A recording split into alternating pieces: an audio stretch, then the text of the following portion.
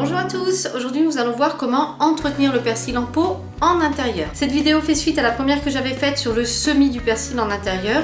Le but de la manœuvre étant d'avoir du persil frais pendant tout l'hiver en le cultivant en appartement ou dans notre maison. D'abord je vais parler d'emplacement. Alors le persil, quand il pousse en extérieur à la saison où il est censé pousser, c'est une plante de mi-ombre, c'est-à-dire que c'est une plante qu'on ne cultive pas en plein soleil, il faut qu'elle soit à l'ombre au moins une partie de la journée. Cependant là ce qu'on fait, c'est qu'on essaie d'avoir du persil en plein hiver et en le cultivant en plus à l'intérieur. Alors en général la levée ne pose pas de problème si on maintient bien l'humidité dans le terreau.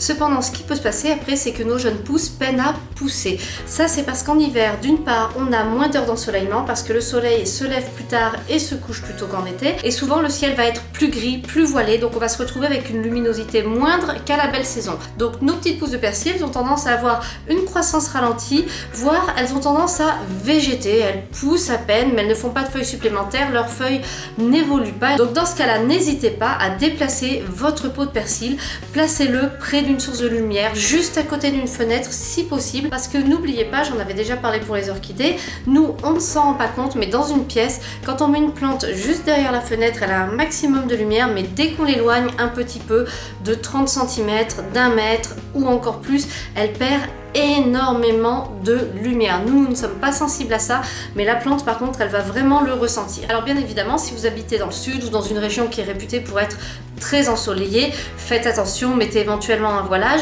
Là ces conseils là sont à voir suivant l'endroit où vous habitez, mais bon, souvent en France métropolitaine l'hiver est réputé pour être vraiment gris, le ciel voilé, on a beaucoup moins de luminosité. Donc la solution qui consiste à mettre son persil derrière une fenêtre qui prend le soleil les jours de soleil, ça c'est top.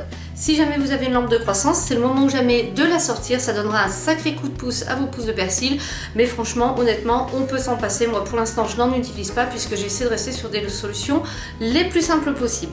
Maintenant on va voir l'entretien des jeunes pousses une fois que la levée est faite et que vous avez des petites pousses qui ressemblent en général à une tige avec deux petites feuilles qui pourraient être des feuilles de n'importe quoi. Alors ces jeunes pousses, si on veut qu'elles aient une croissance bien constante, on va les arroser régulièrement. On va faire comme quand on attend la levée des graines, on va maintenir un substrat bien humide. C'est à ce moment-là que je vous conseille de surveiller quotidiennement les pousses ou quasi quotidiennement.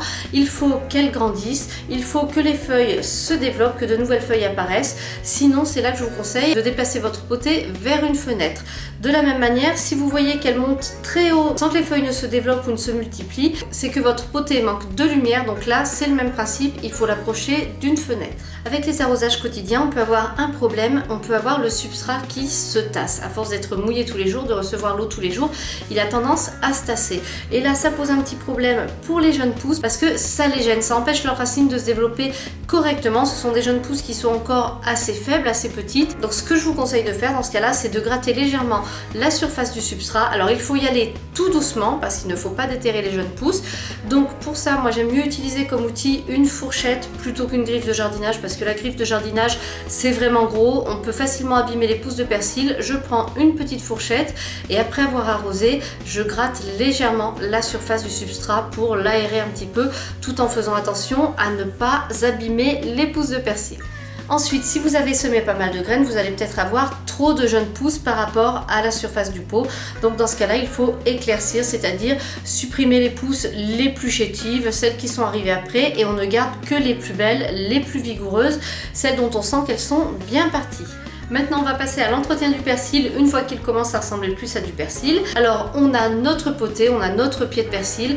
Donc ce qu'on va faire, c'est que déjà en termes d'arrosage, on va pouvoir passer à un arrosage toujours régulier mais moins fréquent. En général, moi en hiver en culture en intérieur, j'arrose tous les 2 ou 3 jours, ça suffit largement. Et ce que je fais, c'est que j'arrose par petite quantité. J'arrose donc la surface du substrat en tâchant de ne pas mouiller les tiges et encore moins le feuillage du persil. Et surtout, j'arrête l'arrosage dès que je vois apparaître un petit peu d'eau au fond de la coupelle. Et là, comme ça, j'ai arrosé suffisamment pour 2 à 3 jours. Alors attention, et c'est le cas pour moi par exemple, si votre persil est derrière une fenêtre qui peut être exposée au soleil, les jours de soleil, faites attention, vérifiez si le substrat n'a pas séché plus vite. Et dans ce cas-là, resserrez un petit peu les arrosages. Maintenant, on va passer à la récolte. Alors, quand votre persil a cet aspect-là, on peut commencer à récolter. Alors, ne taillez pas la moitié du pied pour débuter. Vous pouvez commencer à prendre quelques pousses pour parfumer vos plats, pour les utiliser en cuisine. Alors, comment est-ce qu'on récolte le persil? C'est bien simple. La tige étant comestible, on la coupe ou on la pince à la base, soit avec une paire de ciseaux, soit avec vos doigts. Ne craignez pas d'enlever plusieurs tiges à la fois. En général, ça stimule la plante. En revanche, une petite astuce, si jamais vous avez besoin d'une bonne quantité de persil pour une recette particulière, ne cueillez pas tout le même jour, parce que si vous dépouillez votre pied de persil de la moitié de ses pousses en une fois alors qu'on est en culture d'intérieur et d'hiver, il va avoir du mal à repartir. Donc dans ce cas-là, ce que vous faites, essayez de vous y prendre à l'avance, cueillez quelques tiges au fur et à mesure, ciselez votre récolte et congelez-la dans un petit pot en verre. Cette vidéo est maintenant terminée, j'espère qu'elle vous a plu. Si vous avez des remarques, des questions, n'hésitez pas à les poster en commentaire. Merci et à bientôt pour une nouvelle vidéo.